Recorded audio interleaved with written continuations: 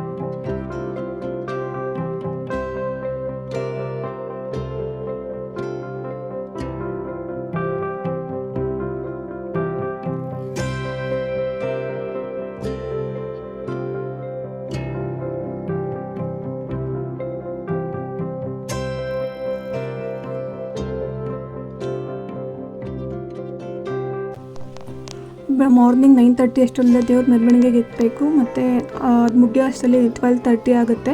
12:30ಗೆ ನಾವು ಇಟ್ಕೆ ಫ್ಯಾಕ್ಟ್ರಿ ಹತ್ರ ಪೂಜೆಗೆ ಹೋಗಬೇಕು ಅಂತ ಪ್ಲ್ಯಾನ್ ಮಾಡ್ಕೊಂಡಿದ್ವಿ. ಅದ್ರ ಪ್ರಕಾರನೇ 9:30 ಅಷ್ಟರಲ್ಲೆಲ್ಲ ಎತ್ಬಿಟ್ರು ದೇವ್ರನ್ನ. ನಮ್ಮ ಮನೆ ಹತ್ರ ದೇವ್ರು ಬರೋ ಅಷ್ಟರಲ್ಲಿ ನಾನು ಆಲ್ರೆಡಿ ಪೂಜೆ ಎಲ್ಲ ಮಾಡಿ ಮುಗಿಸಿದ್ದೆ. ಇನ್ನು ನಮ್ಮ ಅತ್ತೆ ದೇವರೆಲ್ಲ ಬಂದಿದ್ರಲ್ಲ, ಅವ್ರನ್ನೆಲ್ಲ ಪಾಪ ಒಬ್ಬಟ್ಟು ತಟ್ಲಿ ಅಂತ ಕೂರಿಸ್ಬಿಟ್ಟಿದ್ರು. ಅವರು ಇಟ್ಕೆ ಫ್ಯಾಕ್ಟ್ರಿ ಹತ್ರ ಹೋಗೋ ಅಷ್ಟರಲ್ಲಿ ಒಬ್ಬಟ್ಟೆಲ್ಲ ತಟ್ಟಿ ಮುಗಿಸಿದ್ರು. ನಾವು ಮತ್ತು ಅಮ್ಮ ಆಂಟಿ ಅವರೆಲ್ಲ ಸೇರಿಕೊಂಡು ಶೆಡ್ ಹತ್ರ ತೊಗೊಂಡು ಹೋಗ್ಬೇಕಾಗಿದ್ದ ಹಣ್ಣು ಹಂಪಲೆಲ್ಲನೂ ಇಟ್ಕೊತಾಯಿದ್ರು. ಅವರು ಅದನ್ನೆಲ್ಲ ಇಟ್ಟು ಕಂಪ್ಲೀಟ್ ಮಾಡಿದ್ರು. ಅಷ್ಟೊಂದು ಮನೆ ಹತ್ರ ದೇವ್ರು ಬಂತು. ನಾನು ನಮ್ಮ ಅಕ್ಕ ಹೋಗಿ ಪೂಜೆನ ಮಾಡಿಸ್ಕೊಂಡು ಬಂದ್ವಿ.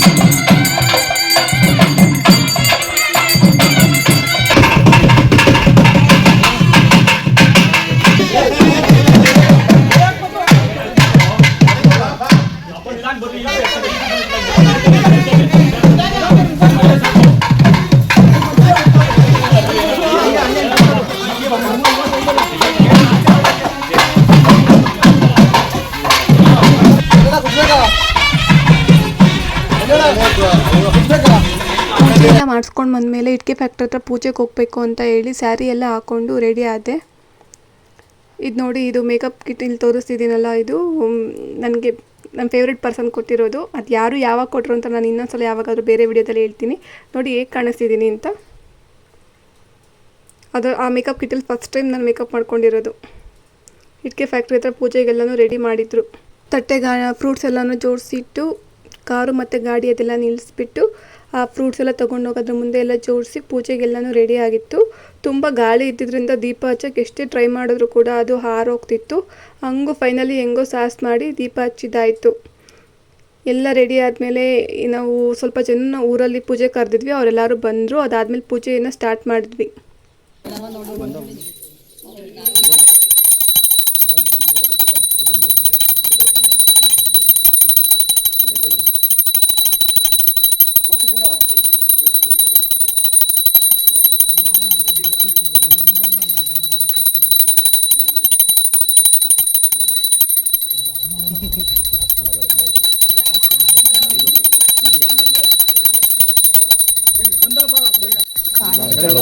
ಕನಕಾಂಬರ ಇಲ್ವಾ?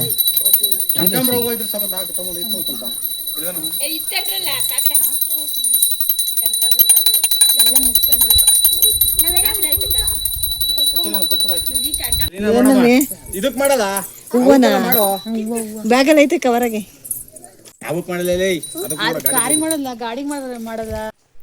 ಇವಳು ನನ್ನ ಅಕ್ಕನ ಮಗಳು. ನಮ್ಮ ಚಿಕ್ಕಪ್ಪ ಪೂಜೆ ಮಾಡ್ತಿರೋದು ನೋಡಿ ನಾನು ಪೂಜೆ ಮಾಡಬೇಕಂತ ಹೇಳಿ ಅವಳು 2 ಅಗರಬತ್ತಿ ಇಟ್ಕೊಂಡು ಪೂಜೆ ಮಾಡ್ತಿದ್ಲು. ಅವಳು ಪೂಜೆ ಮಾಡ್ತಿದ್ದು ನೋಡೋದಕ್ಕೆ ಒಂಥರ ಖುಷಿಯಾಗಿತ್ತು. ಕ್ಯೂಟಾಗಿ ಪೂಜೆ ಮಾಡ್ತಾಯಿದ್ಲು.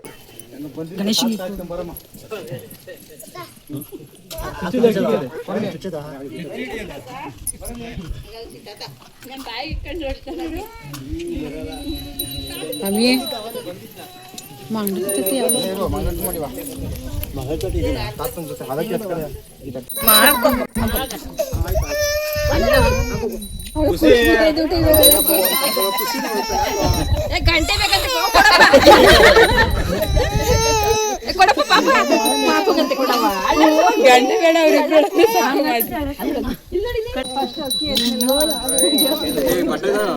ನಾವು ಪ್ರತಿ ವರ್ಷವೂ ಪೂಜೆ ಆದಮೇಲೆ ಸಾಂಬ್ರಾಣಿ ಹೊಗೆ ಕೊಡ್ತೀವಿ ಗಾಡಿಗೆ, ಕಾರಿಗೆ, ಮತ್ತು ಇಟ್ಕೆ ಫ್ಯಾಕ್ಟ್ರಿ ಸುತ್ತಲೂ ಒಂದು ತುತ್ತು ಬರ್ತಾನೆ ನನ್ನ ತಮ್ಮ. ಪ್ರತಿ ವರ್ಷವೂ ಅಷ್ಟೇ ನಾವು ಸಾಂಬ್ರಾಣಿ ಹೊಗೆ ಕೊಟ್ಟೇ ಕೊಡ್ತೀವಿ.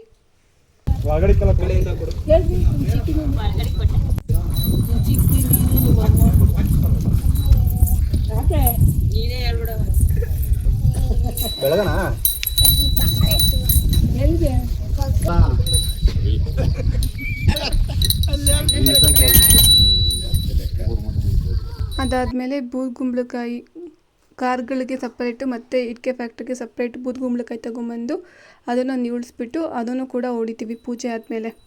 ಈ ಬೂದುಗುಂಬಳಕಾಯಿ ಎಲ್ಲ ಹೊಡೆದಾದ್ಮೇಲೆ ರಾತ್ರಿಯೇ ಕಡಲೆಪುರಿ ಫ್ರೂಟ್ಸು ಎಲ್ಲ ತೊಗೊಂಬಂದು ಪ್ಯಾಕ್ ಮಾಡಿ ಇಟ್ಟಿರ್ತೀವಿ. ಬೂಂದಿ ಪ್ಯಾಕ್ ಎಲ್ಲನೂ ಪ್ಯಾಕ್ ಮಾಡಿ ಒಂದು ಕವರ್ ಮಾಡಿ ಇಟ್ಟಿರ್ತೀವಿ. ಯಾರನ್ನೆಲ್ಲ ಪೂಜೆ ಕರೆದಿರ್ತೀವಲ್ಲ ಅವರಿಗೆಲ್ಲನೂ ಆ ಪ್ಯಾಕ್ನ ಕೊಡ್ತೀವಿ.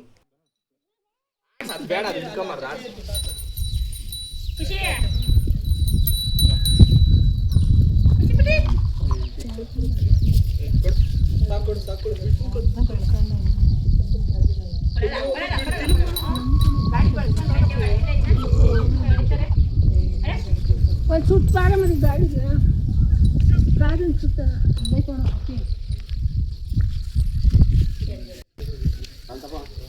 ಅಷ್ಟು ಕಟ್ಟಿದ್ರೆ ನಾವು ಬಂದು ಗಲಾಟೆ ಮಾಡಿ ಕೋರ್ಸನ್ನು ಜಾಸ್ತಿ ಆಗ್ತದೆ.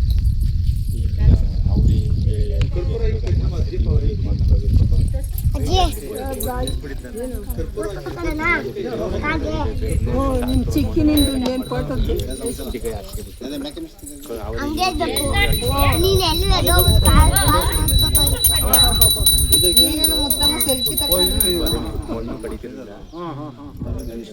ಕೈ ತೆಗ್ಯಮ್ಮ ಚಾರ್ಜಿಂಗ್ ಇಲ್ಲ ಕಣ್ಣ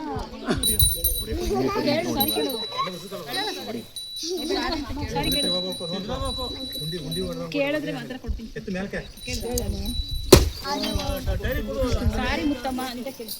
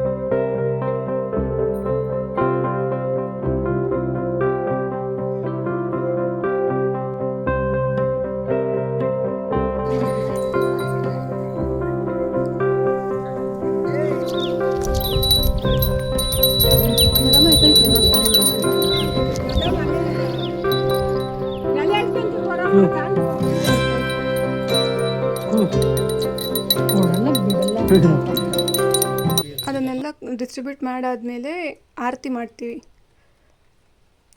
ಆರತಿ ಎಲ್ಲ ಮಾಡಾದ್ಮೇಲೆ ನಿಂಬೆಹಣ್ಣಿಟ್ಟಿರ್ತೀವಿ. ಚಕ್ರದಡೆ ಕಾರು ಮತ್ತು ಗಾಡಿ ಎಲ್ಲನೂ ನಿಂಬೆಹಣ್ಣಿಟ್ಟಿರ್ತೀವಿ. ಆ ನಿಂಬೆಹಣ್ಣನ್ನು ಹತ್ತಿಸ್ತೀವಿ. ಈ ಸಲ ನನ್ನ ತಮ್ಮ ಕಾರು ಕಂಪ್ಲೀಟಾಗಿ ಅವನಿಗೆ ಓಡಿಸೋದಕ್ಕೆ ಬರೋಲ್ಲ, ಬಟ್ ಇನ್ನೂ ಟ್ರೈನಿಂಗಲ್ಲಿದ್ದಾನೆ. ಆದರೆ ನಾನೇ ಓಡಿಸ್ತೀನಿ, ನಾನೇ ನಿಂಬೆಹಣ್ಣ ತುಳಿಸ್ತೀನಿ ಅಂತ ತುಂಬ ಆಸೆ ಪಡ್ತಿದ್ದ. ಅದಕ್ಕೆ ನಮ್ಮ ಚಿಕ್ಕಪ್ಪ ಅವರೆಲ್ಲರೂ ಅವ್ರನ್ನ ರೇಗಿಸ್ತಾಯಿದ್ರು. ಯಾವುದೇ ರೀತಿ ತೊಂದರೆನೂ ಇಲ್ಲದೆ ಸೇಫಾಗಿ ಹತ್ತಿಸ್ತಾ ಈ ಸಲ. ಪೂಜೆ ಎಲ್ಲ ಮುಗ್ದಾದ್ಮೇಲೆ ಕೆಲವೊಂದು ಫೋಟೋಸ್ ತೊಗೊಳ್ಳಿಲ್ಲ ಅಂದರೆ ಹೆಂಗೆ, ಎಲ್ಲರೂ ನಿಂತ್ಕೊಂಡು ಫ್ಯಾಮಿಲಿ ಫೋಟೋಸ್ನ ತೊಗೊಂಡ್ವಿ. ನನ್ನ ತಮ್ಮದಿರು ಮತ್ತು ನನ್ನ ಅಕ್ಕ, ನನ್ನ ಕಸಿನ್ಸ್ ಅವ್ರ ಎಲ್ಲರ ಜೊತೆನೂ ಒಂದು ಫೋಟೋಸ್ ಎಲ್ಲ ತೊಗೊಂಡು ಆಮೇಲೆ ಮನೆಗೆ ಹೊರಟ್ವಿ. ರಿಲೇಟಿವ್ಸ್ ಎಲ್ಲ ಬಂದಿದ್ರಲ್ಲ, ಅವರಿಗೆ ಊಟಕ್ಕೆ ಲೇಟ್ ಆಗಿಬಿಟ್ಟಿತ್ತು ಅಂತ ಹೇಳಿಬಿಟ್ಟು ಇಮಿಡಿಯೇಟ್ ಇಲ್ಲಿಂದ ಹೊರಟ್ಬಿಟ್ವಿ. ಮನೆಗೆ ಹೋಗಿ ಊಟ ಎಲ್ಲ ಮಾಡಿ ಸ್ವಲ್ಪ ಹೊತ್ತು ರೆಸ್ಟ್ ಮಾಡಿದ್ವಿ.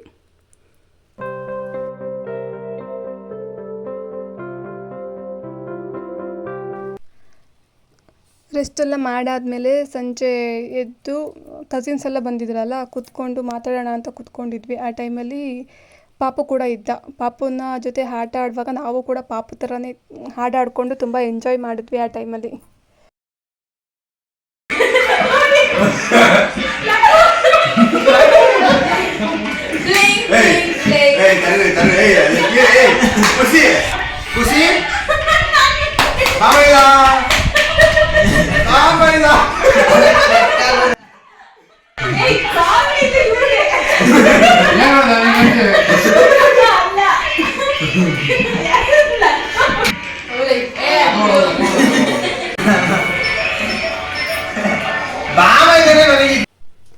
ನಮ್ಮ ಅಕ್ಕ ಮಗಳು ಕೂಡ ಬಂದಿದ್ಲು. ಅವಳು ತುಂಬ ಸಾಂಗ್ಸ್ನ ಕಲ್ತ್ಕೊಂಡಿದ್ಲು, ತುಂಬ ಚೆನ್ನಾಗಿ ಆಡ್ತಾಯಿದ್ಲು. ನಾವು ಅವಳನ್ನ ಕರೆದು ಒಂದು ಹಾಡು ಆಡ್ಸೋಣ ಅಂತ ಕೂತ್ಕೊಂಡ್ವಿ. ಅವಳು ಈ ಥರ ಸಾಂಗ್ ಕೂಡ ಆಡಿದ್ಲು.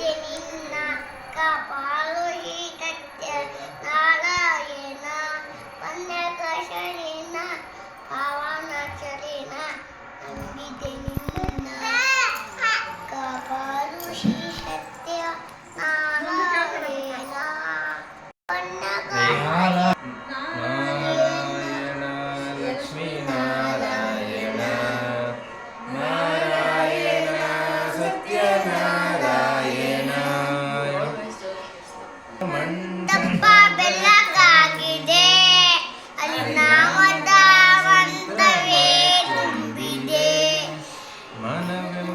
ಮಂಟಪ ಬೆಳಕಾಗಿದೆ, ನಾಮದ ಮಂತ್ರವೇ ತುಂಬಿದೆ. ಎಂದೆಂದು ಸ್ಥಿರವಾಗಿ ನೀರು ನಮ್ಮಲ್ಲಿ ಒಂದಾಗಿ ಉಸಿರಾಡಿ ಟೈಮ್ ಹೇಗಾಯಿತು ಅಂತಲೇ ಗೊತ್ತಾಗಲಿಲ್ಲ. ಸಂಜೆ ಆಗಿದ್ದರಿಂದ ಪೂಜೆ ಇತ್ತು, ದೇವಸ್ಥಾನದಲ್ಲಿ ಹೋಗ್ಬೇಕಾಗಿದ್ದರಿಂದ ಎಲ್ಲರೂ ಎದ್ದು ದೇವಸ್ಥಾನಕ್ಕೆ ಪೂಜೆಗೆ ಅಂತ ಹೋದ್ವಿ. ಅಲ್ಲಿ ಭಜನೆ ಇತ್ತು. ಭಜನೆ ಎಲ್ಲ ಆದಮೇಲೆ ಪ್ರಸಾದ ವಿನಿಯೋಗ ಕೂಡ ಇಟ್ಕೊಂಡಿದ್ರು.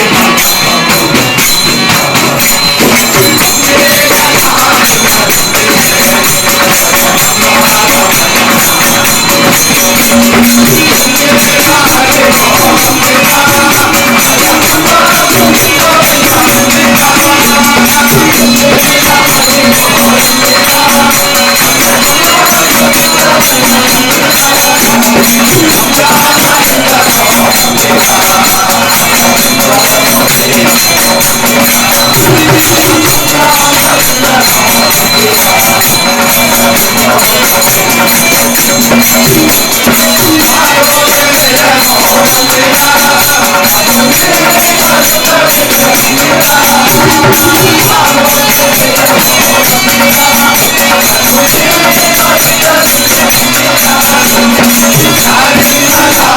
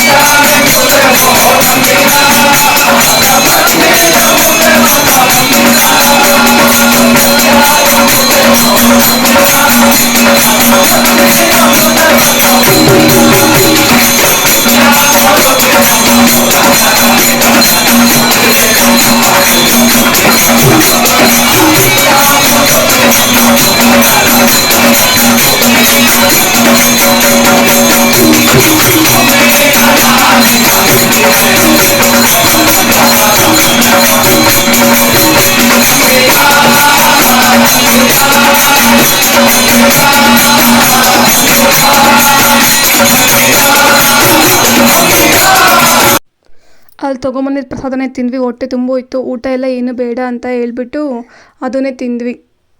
ಇದು ಆಯುಧ ಪೂಜೆ ಮತ್ತು ವಿಜಯದಶಮಿ ಹಬ್ಬದ ಲಾಗು. ನಿಮ್ಗೇನಾದರೂ ಈ ವಿಡಿಯೋ ಇಷ್ಟ ಆಗಿದೆ ಪ್ಲೀಸ್ ನೀವು ಫ್ಯಾಮಿಲಿ ಜೊತೆ ಶೇರ್ ಮಾಡಿ, ಲೈಕ್ ಮಾಡಿ, ಸಬ್ಸ್ಕ್ರೈಬ್ ಮಾಡಿ. Thank you.